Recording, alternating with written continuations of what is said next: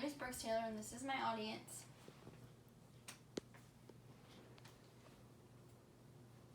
I want to put a law into motion that enforces a strict criteria on letting just anyone become a dog breeder. This criteria will consist of tests, inspections, require regular updates, as well as mandatory vaccinations, and will create requirements on dogs' living conditions. The criteria will also make it mandatory that female dogs have at least a year to recuperate after they give birth to their litter. I have hopes that this will shed light onto adoption. Do you, like me, have a special place in your heart for either your dog or just dogs in general?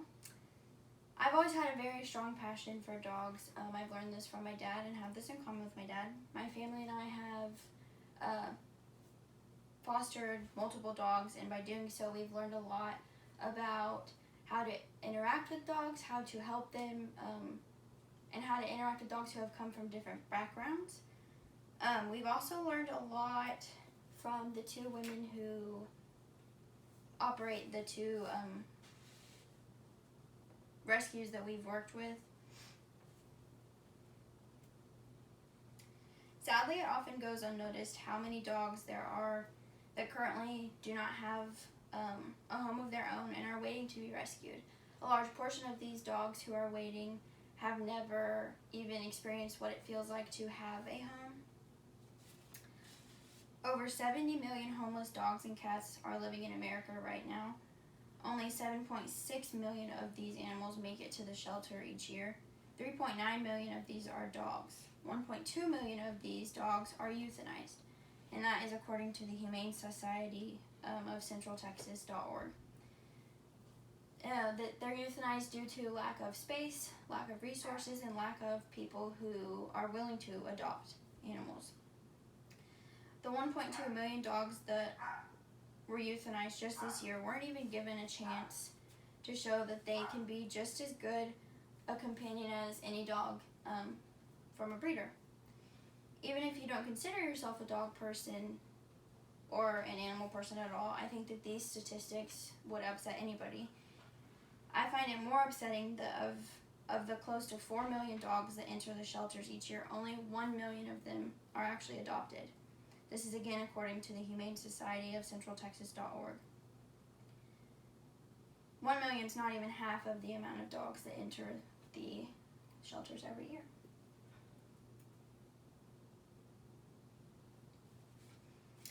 According to DoSomething.org/facts about animal homelessness, only 1 out of every 10 dogs born will actually find a permanent home. This is by far one of the most sad facts that I have come to learn. This encourages me even more to believe that there needs to be a change. Some of the most common sources that dogs are obtained as pets are breeders, private parties, animal shelters, strays, and friends and relatives. Can you guess which source is the number one way that possible owners are reached out to? And that is breeders, according to the American Pet Products Association. And if breeders are the number one way that dogs are obtained as pets, I'm stuck thinking about how many homeless and shelter dogs could have been saved with all of the money that goes to breeders. People are willing to pay a breeder anywhere from $900 to $14,000 for one dog. That money for just one dog could have saved tons of dogs that are in need of rescuing. What if there was a way to change the statistics that I have shared with you? If a strict law was put into place restricting just anyone from becoming another greedy breeder with unethical intentions, this would begin to put a halt on the abuse of overbreeding and bring more attention and awareness to adopting in our country.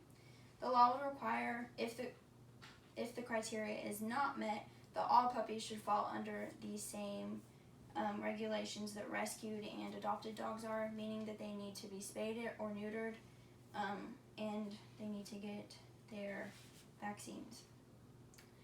By the enforcement of this law, I think we would gain somewhat of the control in our country of overbreeding. We would also decrease the number of stray and homeless dogs. We would reduce the average number of dogs euthanized each year, which I think it would be a big plus. These are the typical conditions of puppy mills. The Humane Society estimates that some 10,000 mass breeding operations churn out 1 million puppies per year, many in industrial-scale puppy mills. These puppy mills supply pet stores and online consumers, and that is according to indiestimes.com/bred-to-death. So take the number of puppies being churned out by puppy mills and factor them into the number of homeless dogs that we have in the U.S., and that number equals overpopulation of dogs.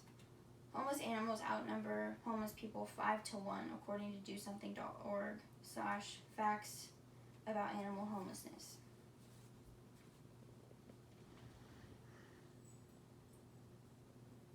There is a way to begin to mend the issue here in the U.S. with overpopulation of dogs and cruel overbreeding, and it starts with putting a stop to unethical and irresponsible breeders.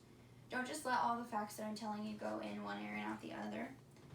When you're considering making an addition to your family, choose to adopt and don't shop.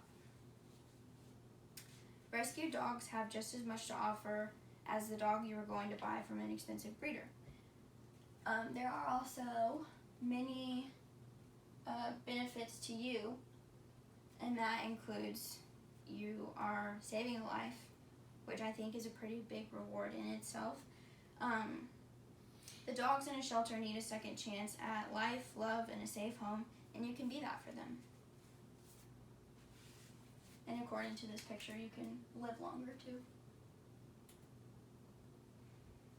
Like I said, a dog from a shelter has just as much to offer, and who knows until you see for yourself. And if you're thinking, I want a purebred dog, over 25% of the dogs in shelters are purebred dogs. So try looking at a shelter before you go buying from a breeder. There are millions of dogs out there that need our help, and by being in favor of this law putting restrictions on breeders, you will be a light for these millions of dogs. You'll be the start to change, so opt to adopt and don't shop. In order to help millions of dogs suffering and reducing the amount of dogs' lives lost every year, start by taking all of these facts that I've given you and try to make others around you aware. When considering making an addition to your family, adopt, don't shop. My family did that, and we got him.